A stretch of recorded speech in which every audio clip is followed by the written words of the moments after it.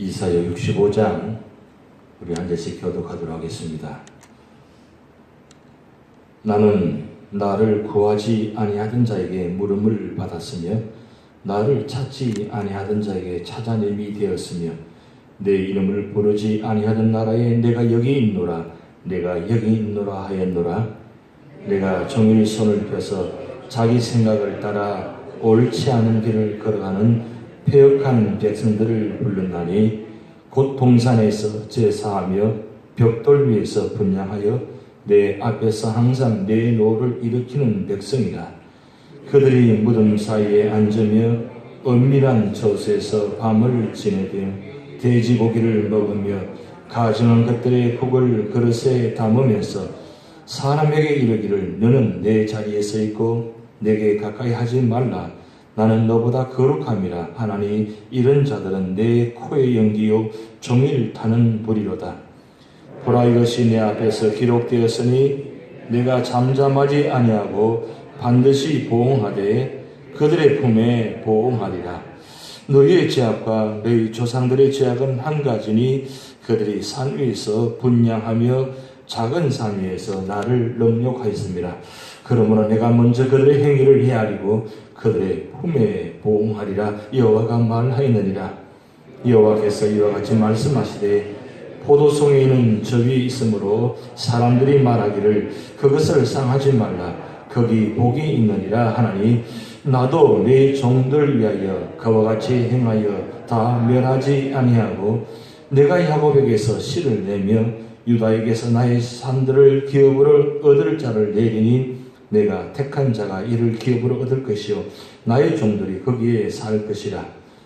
샤론은 양떼 우리가 되겠고 아벌 골짜기는 소떼가 넘는 곳이 되어 나를 찾은 내 백성의 소유가 되려니와 오직 나 여호와를 버리며 나의 성산을 잊고 가덱에 상을 베풀며 머나에게 섞은 술을 가득히 붓는 너희여 내가 너희를 칼에 붙일 것인즉 다 굽으리고 죽임을 당하리니 이는 내가 불러도 너희가 대답하지 아니하며 내가 말하여도 듣지 아니하고 나의 눈에 악을 행하였으며 내가 절개하지 아니한 일을 택하였음이니라. 이러므로 주 여호와께서 이와 같이 말씀하시니라. 보라 나의 종들은 먹을 것이로되 너희는 줄일 것이니라. 보라 나의 종들은 마실 것이로되 너희는 갈할 것이니라. 보라 나의 종들은 기뻐할 것이로되 너희는 수치를 당할 것이니라.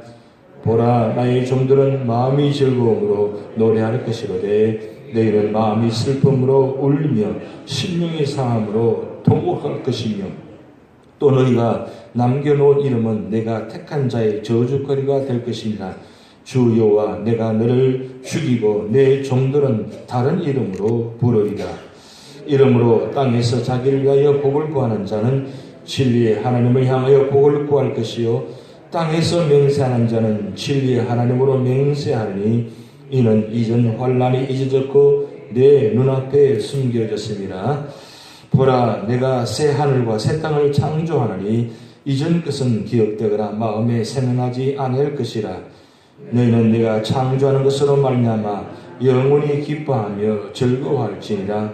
보라 내가 예루살렘을 즐거운 성으로 창조하며 그 백성을 기쁨으로 삼고 내가 예루살렘을 즐거워하며 나의 백성을 기뻐하리니 우는 소리와 부르짖는 소리가 그 가운데에서 다시는 들리지 아니할 것이며 거기는 날수가 많지 못하여 죽는 어린이와 수완이 차지 못한 노인이 다시는 없을 것이라. 곧 100세에 죽은 자를 젊은이라 하겠고 100세가 못되어 죽는 자는 저주받은 자이리라.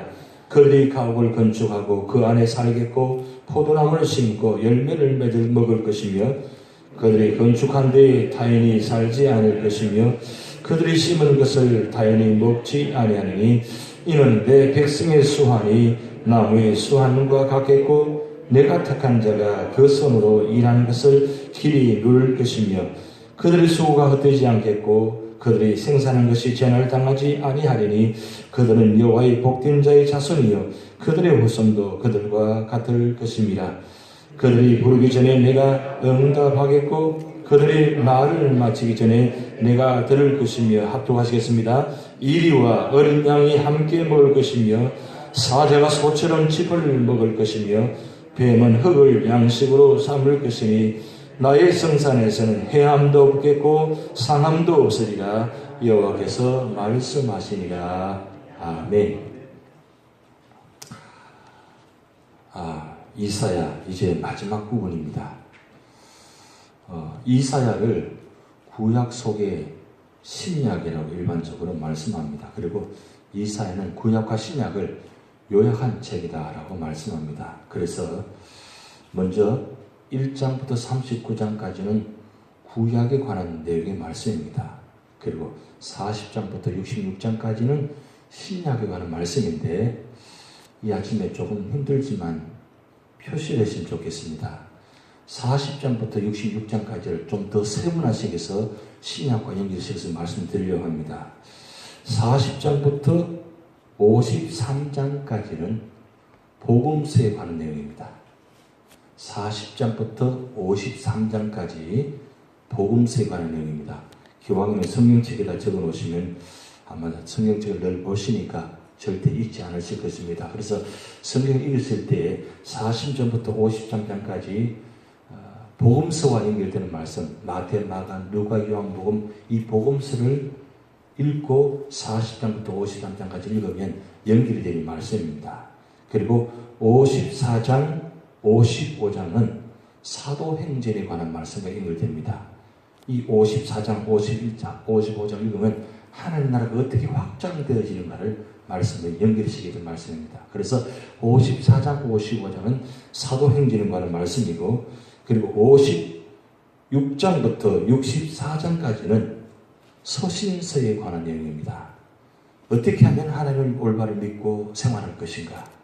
그것이 바로 56장부터 64장까지 서신서에 관한 말씀이고 그리고 오늘 읽은 65장, 66장은 결론적으로 요한계시록에 관한 말씀입니다.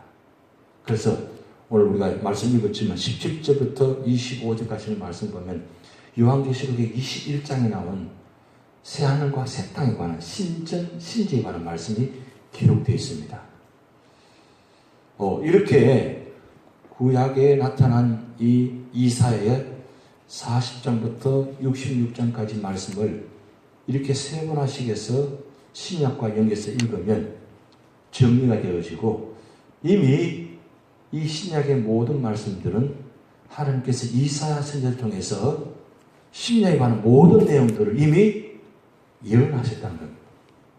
그래서 이렇게 예언하셨다는 말씀을 들으면 오늘 우리의 삶의 모습, 모든 형편, 모든 이루어진 모든 역사들은 우연한 것이 아니고 우연히 되어진 것이 아니라 하나님 예언대로 지금 이루어져 가고 있다는 거예요.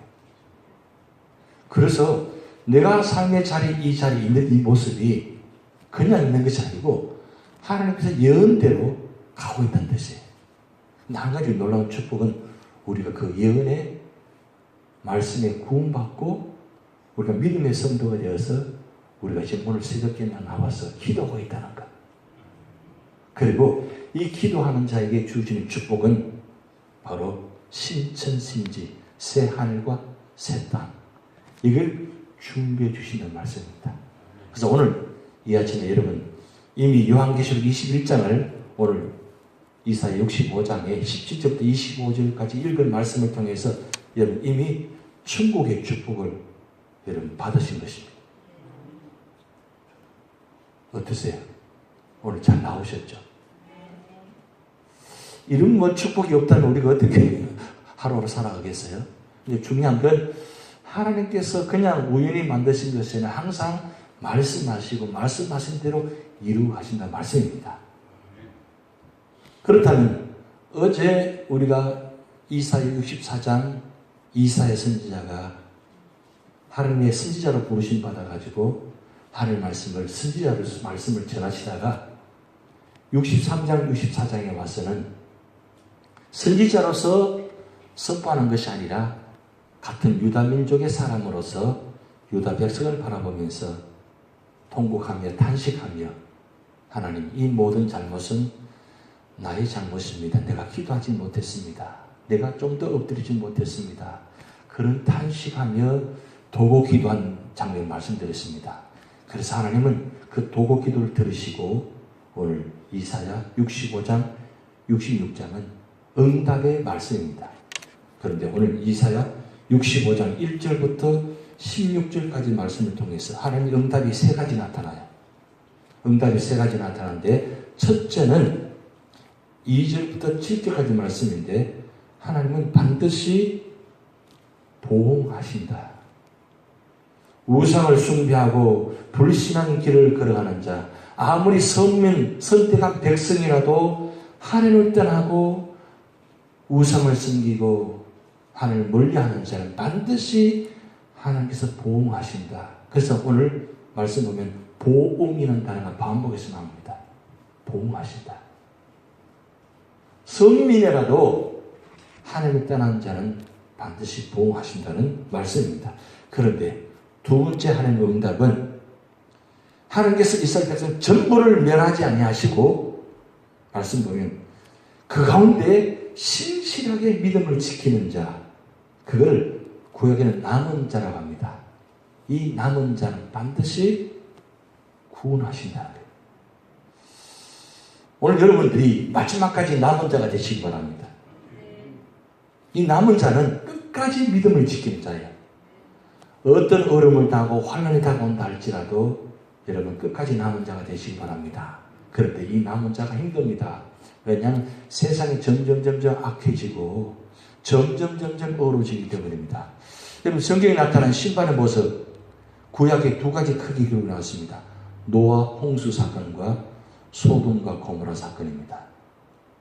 그런데 노아 홍수 사건과 소돔과 고모라 사건은 사실은 역사적 배경이 똑같습니다. 죄악이 관영했다 그랬어요. 얼마나 죄악이 관영했으면 하나님께서 그토록 저주하시고 그동안 머뭇거리시고 그리고 그동안 기다리시는데 기다리시다가 도저히 안 되셔서 이들을 죽여가는 남은 자도 다 없어질 것 같다. 그래서 하나님은 이 노아 홍수와 소돔과 고모라 사건을 통해서 심판하십니다. 그런데 마지막에 나타나는 심판은 이 노아 홍수 사건과 그리고 소돔 고모라 사건은 아무리 비교할 수가 없다는 거예요. 마지막에 요한계시에 나타나는 이 심판은 상상을 초월하는 심판의 모습입니다. 그래서 끝까지 믿음을 지키기가 힘듭니다. 그렇지만 끝까지 믿음을 지키는 자만이 구원받는 이 사실이기 때문에 우리가 끝까지 믿음을 지키셔야 돼요. 그럼 끝까지 믿음을 지키려면 어떻게 해야 돼요? 방법은 한 가지밖에 없어요. 하나님 앞에 나와서 엎드리고 기도하고 말씀으로 나아갈 수밖에 없습니다. 그러지 않고는 이 세상 속에서 승리할 수 없습니다. 우리는 이 세상에서 살아가는 사람입니다. 아니 차라리 어느 종교단체처럼 산에 올라가가지고 그냥 거기서 살면 얼마나 좋겠어요. 거기서 막 평생 동안 살면 얼마나 좋겠어요. 그런데 거기에 산다고 해서 죄를 안 지어요?